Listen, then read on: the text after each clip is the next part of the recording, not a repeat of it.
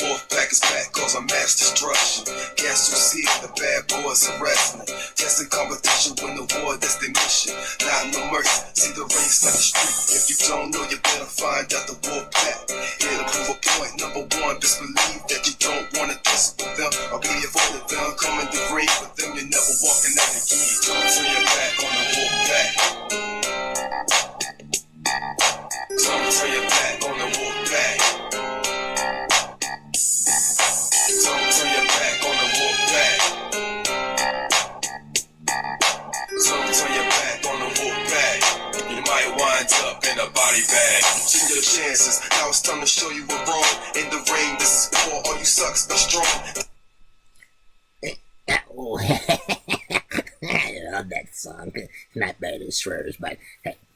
What's up, you idiots? Once again, it's me. And I know some of you are saying, wait, it's Friday. Why are we getting the show today? Well, folks, we don't have a day to post. We do the show when we do the show. No matter when we do the show, we're just talking about the past anyway. We're not talking about the future. We're not talking about the present. Although, no matter which time we're talking about past, future, or present, you're still a bunch of idiots. Now, last week, it was a deadline. And a lot of you, well, you didn't meet those deadlines. Starting with our Game Changer champion, James Altraz, who successfully defended against the Street Fight King, who was already tied up with Jermaine Walker anyway. But then he went on to face Quanty Fist, and he fell victim of the most brutal pin. Brutal because he got pinned by Quanty Fist. Now, Quanty decided he didn't want to make a challenge, so an open challenge was issued. And, of course, Big Mel, who hasn't really been in a game-changing match in a while, decided, hey, he felt like slumming it.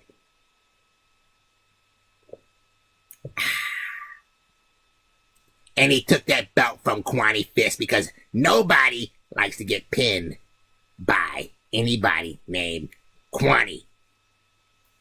Now, fat bodies, that's a different story. Now, our first match, Polish Power was declared the winner and decided to go down and sit on commentary and try his hand at that. And he gave a play-by-play to all of our Polish listening viewers. At least I think he was. I don't know. I don't speak Polish. But hey, Polska. Now, in our first match that actually happened, it was Captain Corey taking on the Beast, and the Beast picked up the win with a Beast Bomb under the very judgmental eye of Johnny Rocco, who just sat there and shook his head with security around just to make sure he didn't jump out of the seat. I mean, he's really pissed at the Beast. Now, here's a surprise. Martel the Carpenter took on Lady Assassin and won. I'm going to let that sink in for a minute.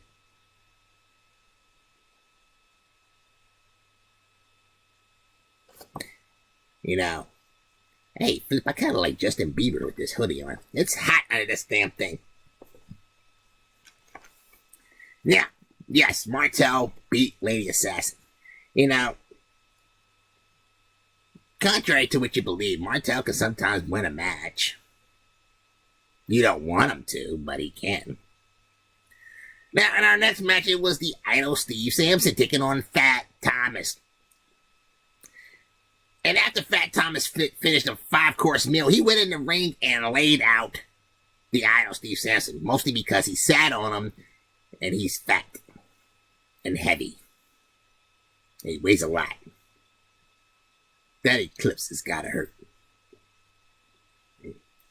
Now, Cat Mexico took on a pinnacle of humanity, Adrian Christopher, and continued his losing ways as the Pinnacle defeated Captain Mexico. Man, what This guy, I'm gonna tell you what. I needed some agua. What's up with that guy? I mean, he gets a good high quality win over Jermaine Walker. Previously to that, he was a bomb. And now he's just bombing. This is the guy the Order used to take Jermaine's title from him. Well, granted, he took it back from him, but hey. Ever since then, he's been just...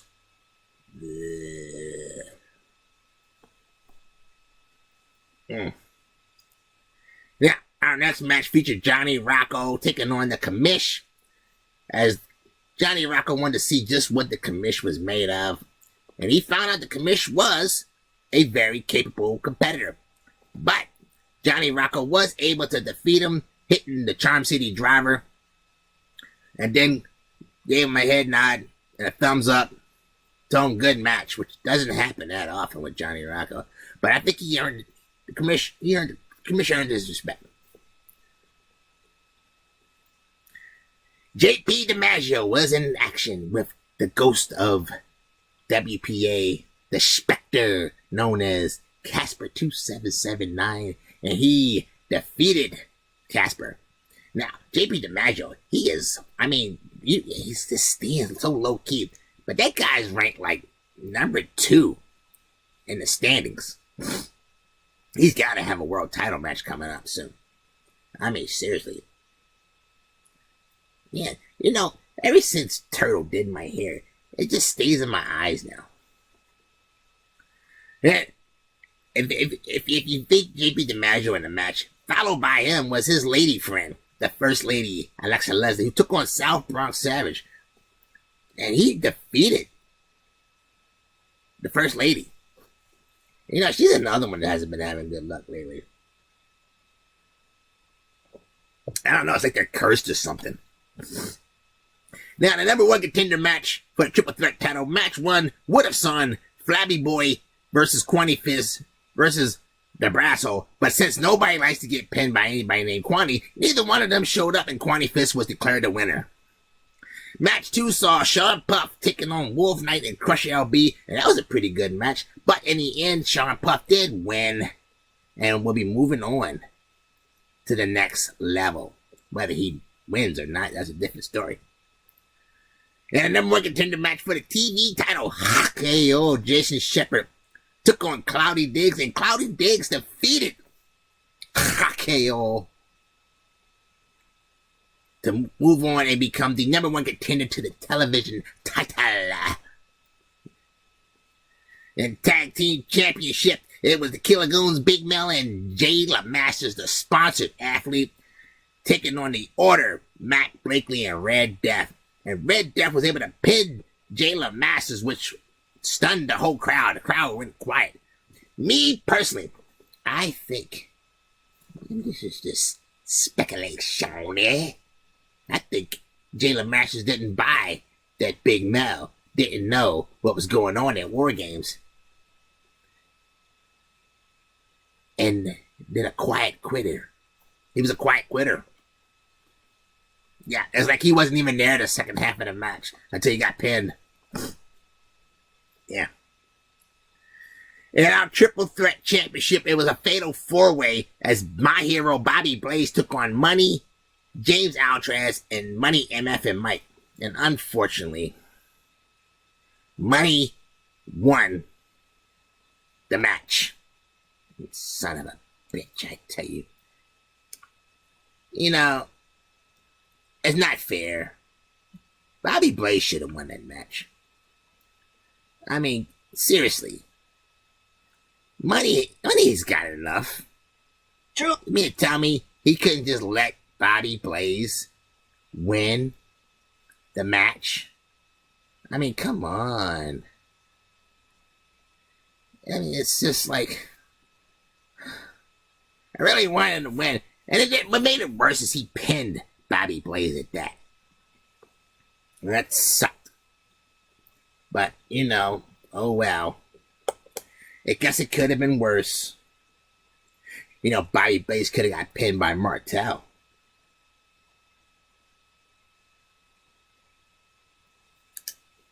You forgot I had the phone over here, didn't you, Flip? You asshole. Now, in our next match, it was the television championship as Lycan Umbras took on the Messiah. And I thought the Messiah was going to come through and pick up a nice win. But no, he failed as normal, losing to the Lycan Umbras, who's been on a hot streak lately with that television title. In our United States Championship, it was Johnathan taking on the Super Champion King, which I don't know why he calls himself that. He hasn't won a title in forever. But Johnathan did retain his United States Championship, and now we'll move on to his next challenger. In the Intercontinental Championship, the badass Eddie Von Daddy took on the Blueprint, Jackson Aries. And I'm going to tell you what, folks. We're still speechless, folks. I mean, seriously.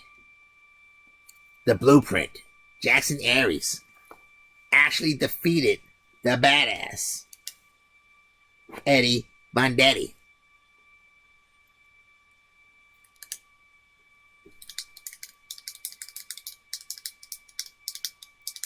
That was the sound of the teeth chattering when that pin happened.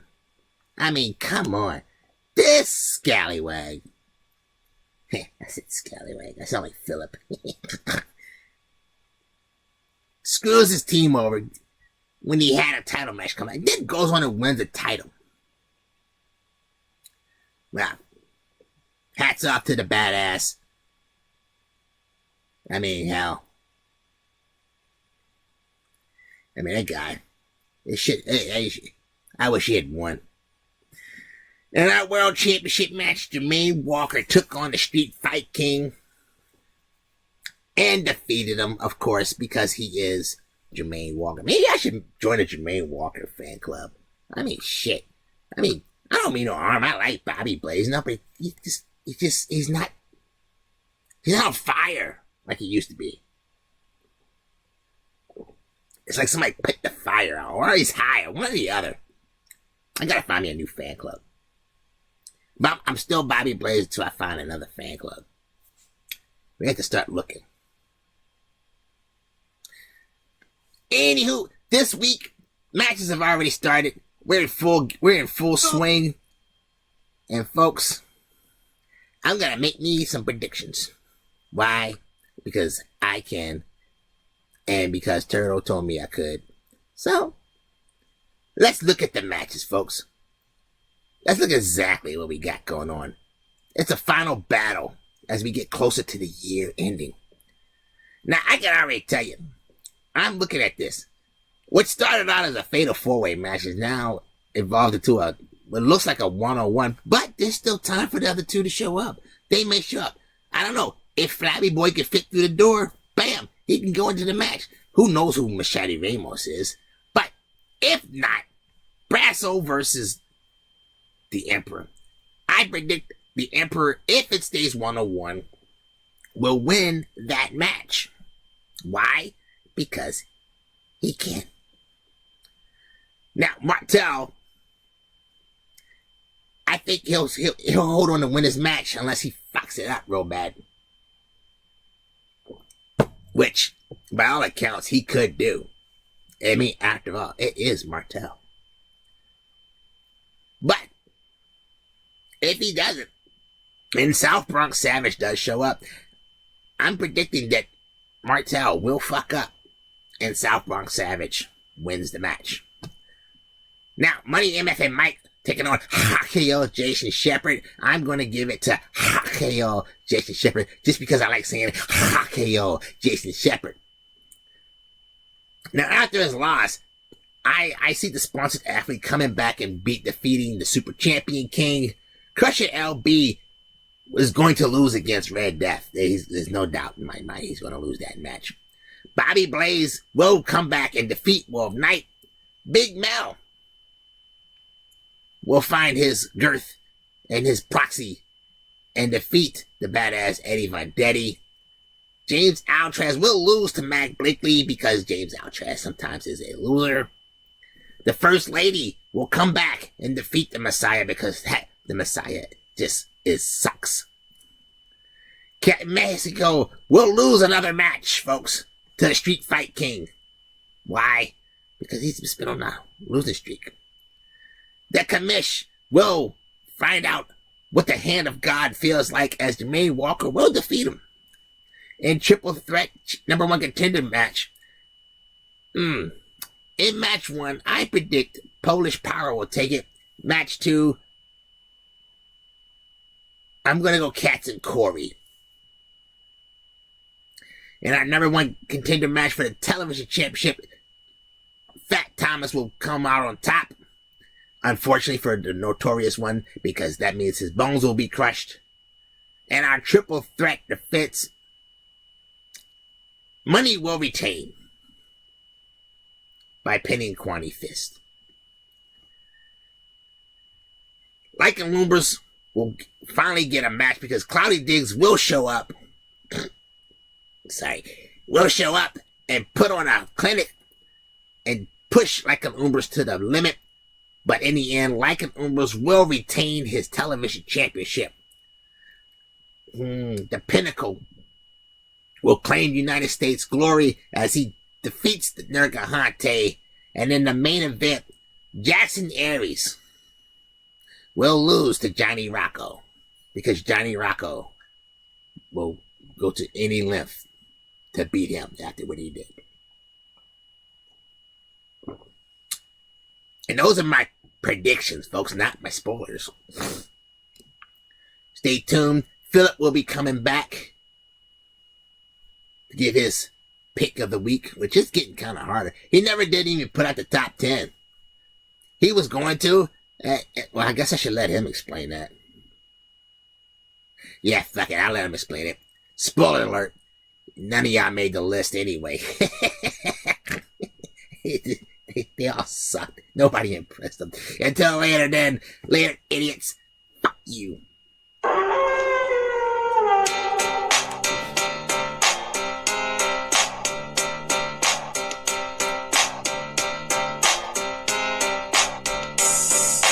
Wolfpac is back, cause I'm mass destruction. Gas to see the bad boys are wrestling. Testing competition, win the war, that's their mission. Not no mercy, see the rings like the street. If you don't know, you better find out the Wolfpac. Here to prove a point, number 1, best believe that you don't wanna tussle with them or be avoided them. Come in the ring with them, you're never walking out again. Don't turn your back on the Wolfpac. Don't turn your back on the Wolfpac. Don't turn your back on the Wolfpac.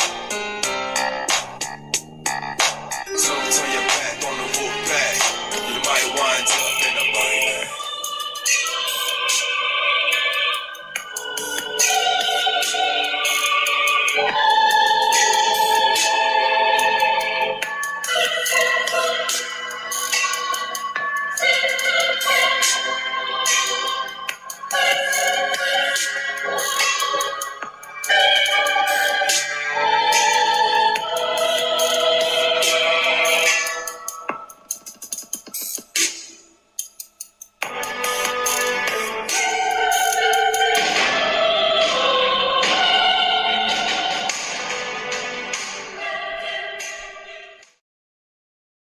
Good day, WPA. Once again, it is I, Philip Alexander Carrington IV, here with another selection of my pick of the week.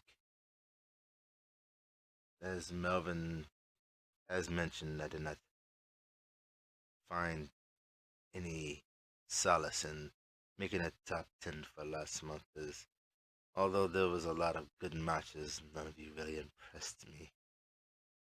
But this week, I was impressed by our one champion in particular, and that was Lycan Lumbers. As once again, he went on to defeat his challenger and retain his title, and as he has been on a nice hot run, as you Yanks say, it must be applauded. It must be recognized. A man who quietly is going through competition and holding on to his title, the tight grip. Now I will be making my end of the year top 10. There's a lot to choose from for that. So many great accomplishments over this year. Grand Slam champions, multiple time champions, tournament winners.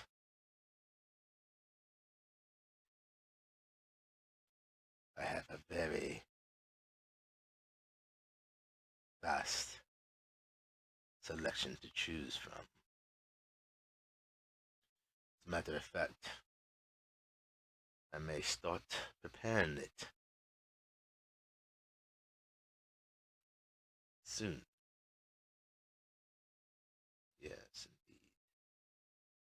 Well, congratulations, Lycanobus. You have the privilege of me acknowledging you as my top pick of the week. So until the next time, remember, folks,